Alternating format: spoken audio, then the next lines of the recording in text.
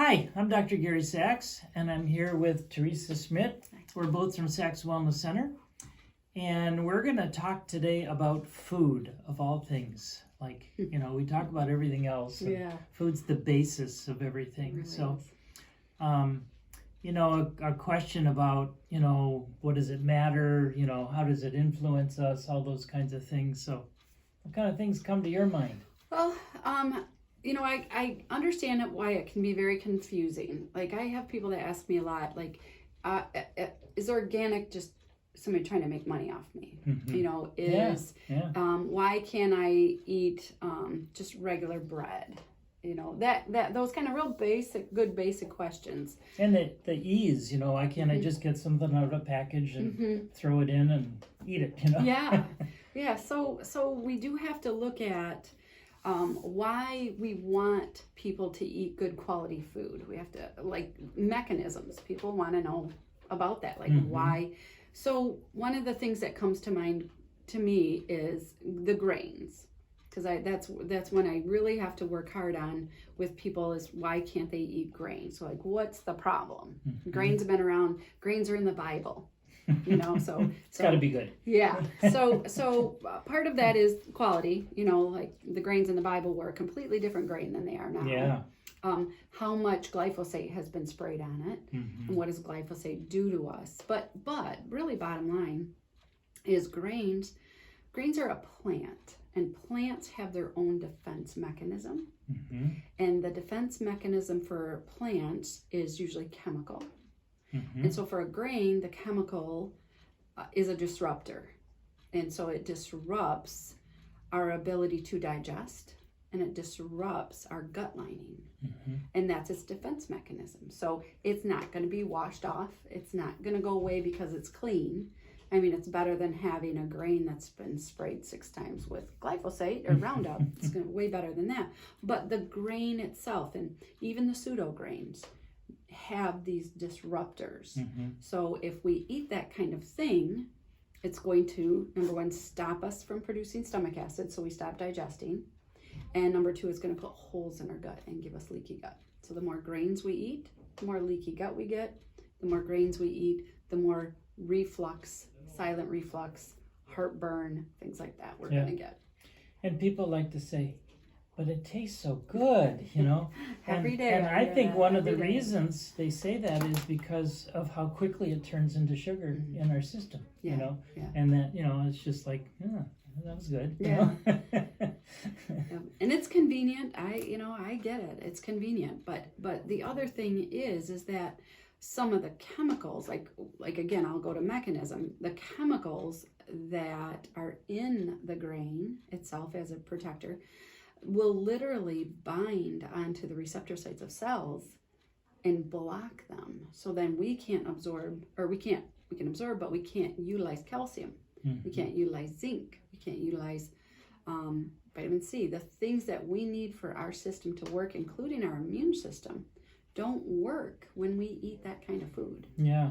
So. And it's not like you feel that immediately when you eat it, It's like, really, if you look at what happens to us when things don't work well for a period of time, we may not be able to predict what illness or exactly what disease or what function, what lack of function is going to go on in a person's body, because it's so complex. And how much did you eat of this compared to how much did they eat of that, and what were your genes like in the first place? Exactly. Everybody's different. But we do know that if we take cancer as an example, it's pretty well known. Many, if not most, cancers will take 25 years to develop in the body. We have no tests to say where, are you at year 24? Are you at year 18? You really don't know until it's almost too late. I mean, till we're, and so we're talking about things that are difficult to get across to people because they don't feel it. But at the same time, this is getting at the root of what causes chronic, long-term degenerative disease. Absolutely. One of the biggest factors of that, one of the biggest influencers maybe of that is gluten. Mm-hmm. Gluten's a big one. Gluten is strongly affects 55 major diseases that we know of. Gluten, Mm-hmm. Bread, buns, cereal, Yeah. pasta. Gluten also, again, the mechanism, but gluten makes the holes in the gut bigger. And then the thing that it instigates making it bigger goes through the hole and opens up the blood-brain barrier. Mm. And that can influence our dementia. Are we going to get dementia? Are we going to get Alzheimer's? Are we going to get ALS? Are we going to get Parkinson's? Yeah. Those are all influential things that we can have a role in either increasing or preventing now. Sure. So.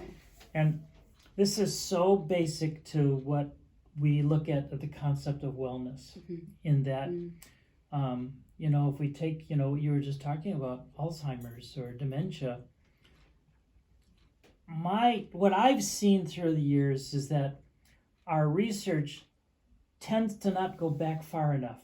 So probably a lot of people have heard of the different type of plaquing that has been able to be actually studied in relationship to Alzheimer's disease and many, degenerative brain problems. What caused that? And then what caused that? And then what we're really talking about way, way, way back. What was going on that allowed the body to start to make these different things that then led to that, and then led to that.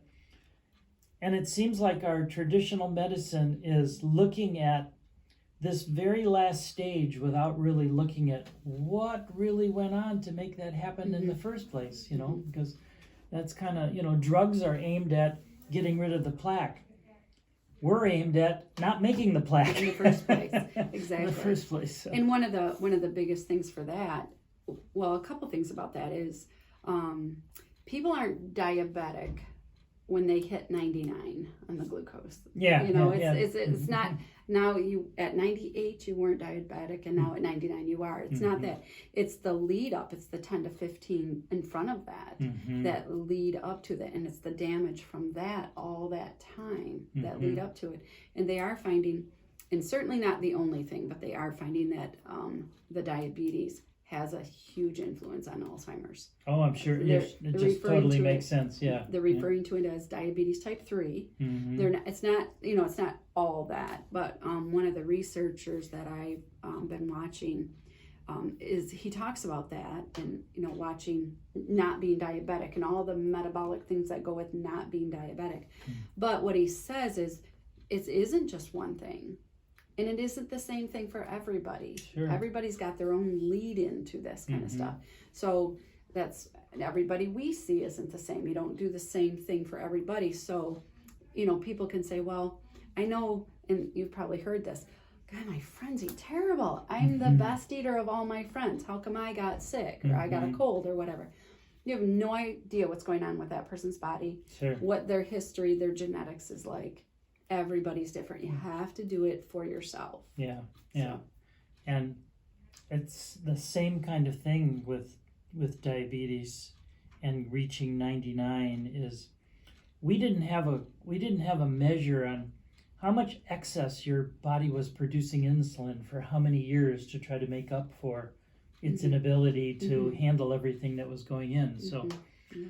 So there's a lot to this. There is. And we could probably do a few more sessions on this, and we probably will, because we need to get into the foods you should eat. Yeah. And we'll do that in a future time, too. So that's important. Not just what don't you do, but what do you do. We want to get into that, too. So if you have any questions for us directly, you can feel free to contact us through our website, www.sexwellnesscenter.com. Or you can give us a call, 989-732-7000.